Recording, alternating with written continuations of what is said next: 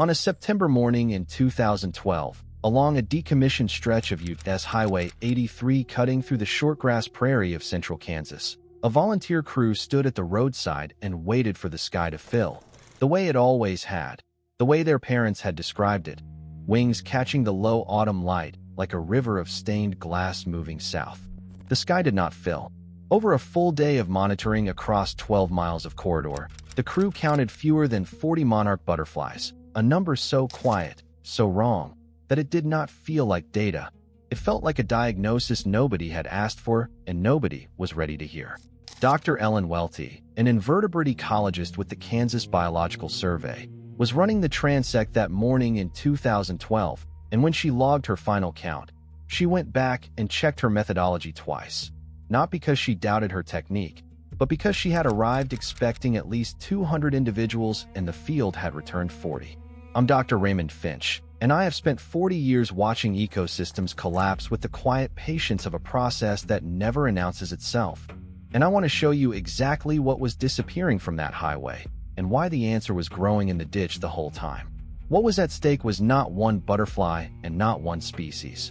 It was the entire eastern migratory corridor, a biological highway stretching 3,000 miles from the oyamel fir forests of central Mexico to the milkweed prairies of the upper Midwest, carrying with it every pollination relationship, every nectar contract, every seed set along the route.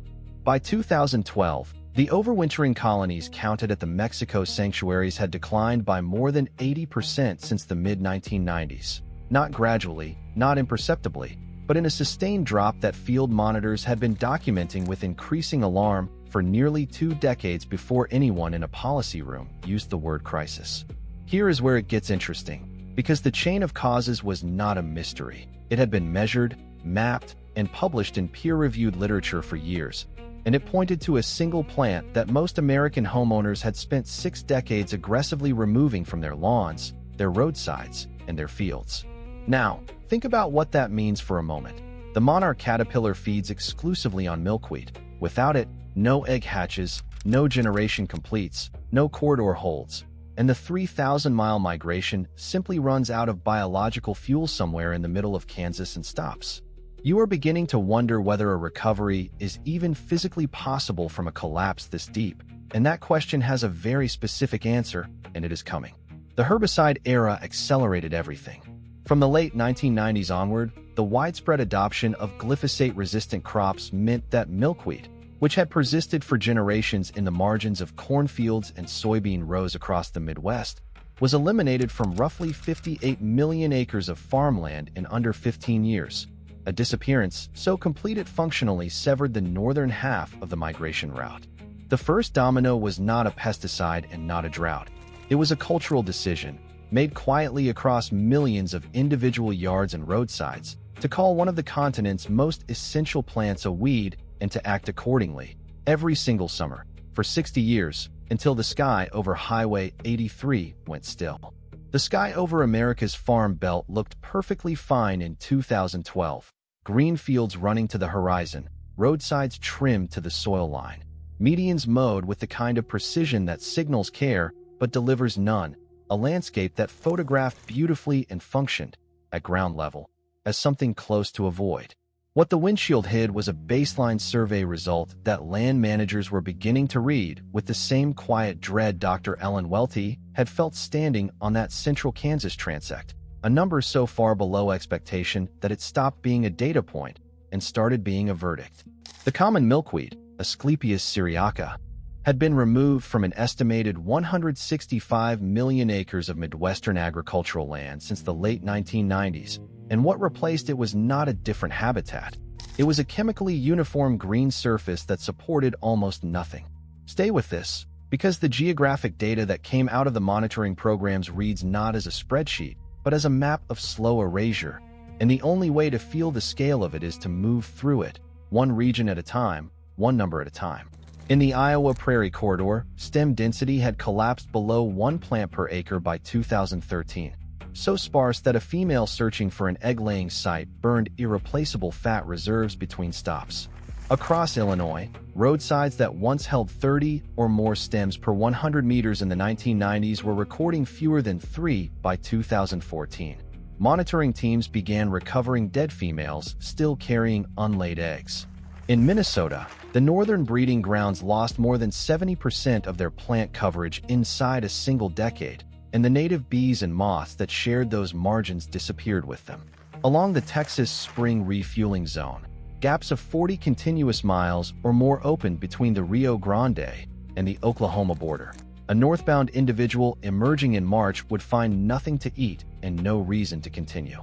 This is the part that made me stop and reread the field notes, because the collapse was not happening in some remote wilderness. It was happening in full view of millions of commuters who drove past it at speed and saw green, and called what they saw healthy. Dr. Welty's 2018 analysis of long-term roadside survey records confirmed what field teams had already felt in their bones. The reproduction chain had not weakened gradually, it had fractured structurally, and the fracture had been forming since at least 1999. You are probably asking yourself whether anything planted into that erased landscape, seeds scattered by volunteers onto compacted gravel and hardpack, could possibly rebuild a food chain that 165 million acres of industrial farming had spent 2 decades dismantling. That answer is coming, and it is not the one I expected when I first read the restoration reports. Can scattered seeds rebuild what 165 million acres destroyed? A landscape that reads as alive at 60 miles per hour can be functionally extinct at boot level. And the Monarch's documented freefall was the first legible proof that what an entire culture had agreed to call tidiness was immeasurable, recoverable fact, a kind of silence we had simply trained ourselves not to hear. The silence did not go unnoticed between 1990 and 2014. Federal agencies, the U.S. Fish and Wildlife Service, the USDA, state highway departments across 12 Midwestern states, collectively spent more than $100 million on pollinator conservation programs, corridor mapping studies, and revegetation contracts seeding wildflower mixes along managed roadsides. The reports were thorough, the corridor maps were precise, and Dr. Ellen Welty, running her transect along 12 miles of U.S. Highway 83 in central Kansas in September 2012, counted fewer than 40 monarchs in a full monitoring day, in a corridor that every published federal plan had designated as viable habitat. The maps said the right things. The butterflies were not reading them. Over 24 years, more than $100 million built a patchwork, and by 2015, roughly 200,000 acres of roadside carried a reduced mow or pollinator-friendly designation somewhere in the official record. 200,000 acres sounds like something. It is something, until you set it next to the 165 million acres of Midwestern agricultural ground from which the milkweed had already been stripped, and the ratio tells you everything the budget reports did not.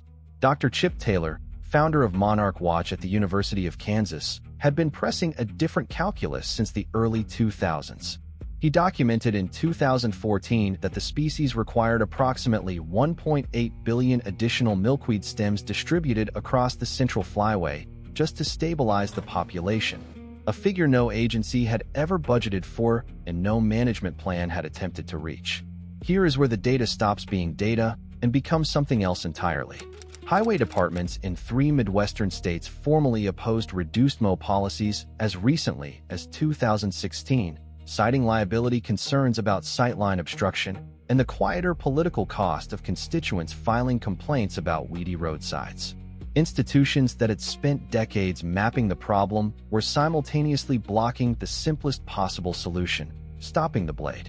If you are beginning to wonder whether the volunteers in Nebraska with 20 pounds of milkweed seed and a borrowed spreader somehow outperformed 24 years of federal infrastructure, hold that thought. The answer arrives sooner than you expect, and it will require you to reconsider what the word restoration has ever actually meant. What no highway department modeled was the speed of return once the mowing simply stopped.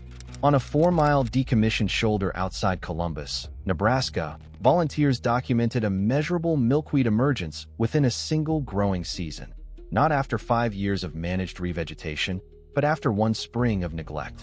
The weed did not wait for permission. It had been waiting underground, roots intact, seed bank intact, for the machine to stop. A female monarch with 20 days of usable flight time and 3,000 miles of flyway ahead of her does not negotiate with management plans. She needs the stem to exist the morning she passes over it. What the $100 million effort built was real but incomplete. It produced habitat assessments without scale, corridor maps without continuity, and revegetation contracts without the one thing that mattered most: the removal of the mower from the equation entirely. What came next, in those narrow strips where the blade finally lifted, is something the field notes from 2018 onward describe in numbers that nobody inside the federal program had projected. And that is where we are going. Those numbers from 2018 that nobody inside the program had projected, they begin here, on a 6-mile strip of restored roadside in Lancaster County, Nebraska, in the spring of 2016, where the first northbound females arrived in early May and did exactly what biology does when you return the one element it has been waiting for. Within 3 weeks of first arrival, egg densities on the restored strip had climbed to more than 90 eggs per 100 Asclepias syriaca stems, a number so far above baseline that the monitoring team checked the protocol before accepting it as valid field data. The conventionally mowed shoulder running just 200 meters to the south of that same strip held fewer than 5 eggs per 100 stems, not because the monarchs avoided it, but because the plant that triggers the laying response had been cut to the dirt. Those eggs became caterpillars, and the caterpillars produced frass, waste, and the frass drew predatory wasps and parasitoid flies into the adjacent crop margins within days, where they suppressed aphid populations on a neighboring soybean field across an entire growing season, without a single pesticide application touching that ground. This is the part that made me stop and reread the field notes. By late June, a University of Nebraska monitoring team had recorded 14 distinct native bee species foraging on the restored strip, species absent from that road corridor in over a decade of prior surveys, drawn back not by a planting plan, but by the presence of one flowering host. 14 bee species. In 90 days, on ground that had been mowed bare 18 months before the first plug was ever placed in the soil. You are probably asking yourself right now whether this holds, whether one good season on 6 miles of Nebraska roadside is a data point or a pattern, and whether the barn swallow pair nesting in the culvert 100 meters east, which raised 2 successful broods in 2016 after raising 0 in the 3 prior seasons, is cause or coincidence? Hold that question. The answer is in the replication data, and it is coming. Dr. Ellen Welty, invertebrate ecologist with the Kansas Biological Survey, visited the Lancaster site in August 2016. She had expected a modest uptick in monarch use. What her field log records instead is a functioning multi-species reproduction node on a strip of disturbed ground that no predictive model had anticipated. What those first 40 female monarchs did when they touched down on that Nebraska roadside in May 2016 was not begin a recovery. It was reveal one that had been suspended, waiting, in the soil, in the seed bank, and the memory of every insect still within flight range of a place that used to feed them. Return one plant to 6 miles of disturbed ground, and within 90 days you do not recover one species. You recover a layered community. The egg layer arrives first, then the predator guild follows the frass, then the pollinator network expands along the bloom, and finally the foraging birds arrive to close the loop. And the question that every land manager who read Welty's 2016 field log had to answer next was brutally simple. If 6 miles produce this, what does 600 miles produce? And who has the authority to stop the mower long enough to find out? Nobody asked the plant what it thought of the restoration agreement, and Asclepias syriaca, as it turns out, had its own reading of the situation, one written entirely in underground lateral growth and the slow patience of a root system that predates every county ordinance ever printed. By the second growing season at the Lancaster site, rhizomes had pushed laterally into 3 adjacent private lawns, 1 active farm margin, and the gravel shoulder of a county road that was never part of the original restoration agreement. And the phone calls started almost immediately, the way they always do when a plan meets the actual world. Dr. Ellen Welty of the Kansas Biological Survey documented the spread with characteristic precision in 2017, recording that the lateral rhizome expansion had reached 18 meters beyond the original planting boundary in a single growing season. a rate faster than the conservative project model had projected, though well within what historical agricultural records show for the species in disturbed soil. A homeowner reported a stem pushing through a crack in her driveway apron. A neighboring farmer documented 6 volunteer plants in his alfalfa headland and wanted someone to explain who was responsible for them. These are not small grievances. Asclepias syriaca carries noxious weed designation in Canada, and the friction this created between restoration advocates and the surrounding landowners was genuine and immediate. The tension that surfaced in 2017 was not new.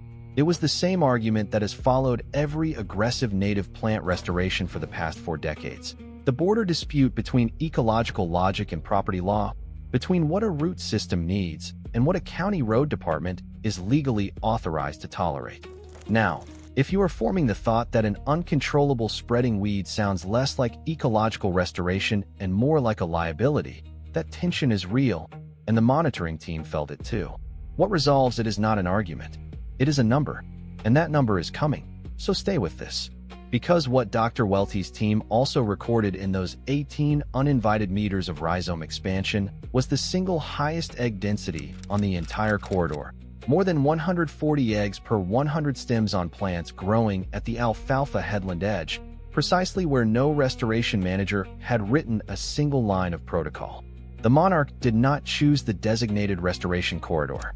It chose the disturbed margin, the unplanned edge, the 18 meters the agreement had excluded, because the biology was better there, and a female monarch reading a plant with her feet and antennae is running a more sophisticated habitat assessment than any document filed with a county road department.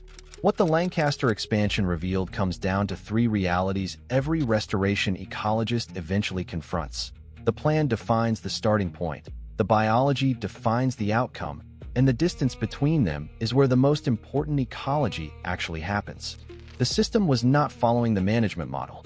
It was following a logic older than the species list, older than the agreement, older than the county itself. And the next question, the one the Lancaster data forces into plain sight, is what happens when you stop treating that older logic as an obstacle and start treating it as the actual restoration tool.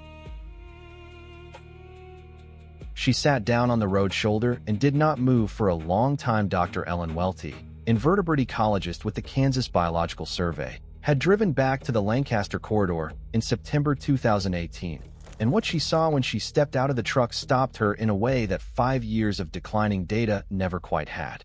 The wings were audible before she reached her counting position, a sound she had described in early field notes from the 1990s, but had stopped recording because there was nothing left to describe. That morning, along a 6-mile strip of restored corridor, the air had texture again. She counted 1,100 individual monarchs moving south on a single October morning, a number she cross-referenced twice against her clicker tally before writing it into the log, because 5 consecutive seasons of collapse had trained her hands to expect less. To understand what that number meant, you have to hold it against what she had been carrying. In September 2012, on U.S. Highway 83 in central Kansas, she logged fewer than 40 monarchs across a full monitoring day along a 12-mile transect. A count so low, she checked her methodology twice before accepting it.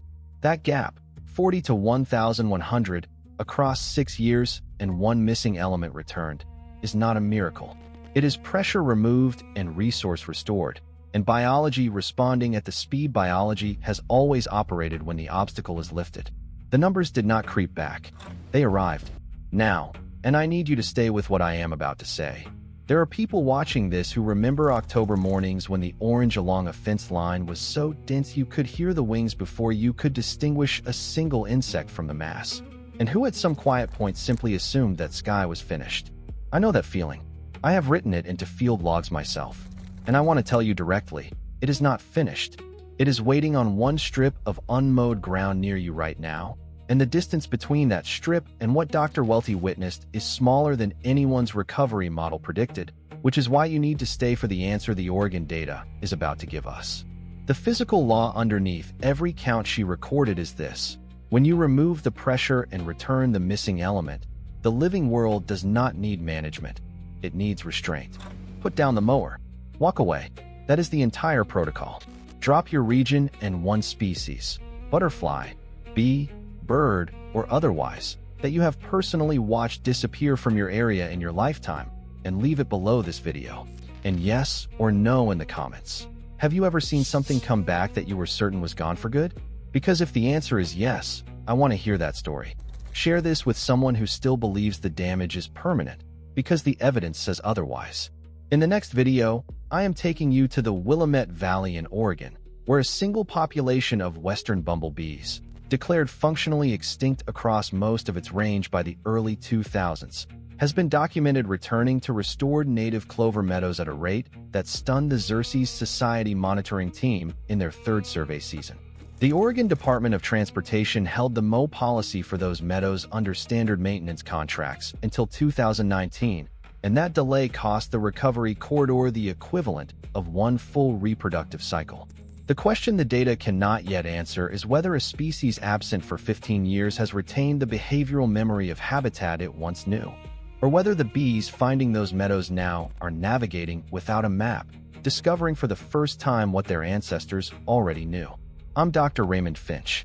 I'll see you in the field.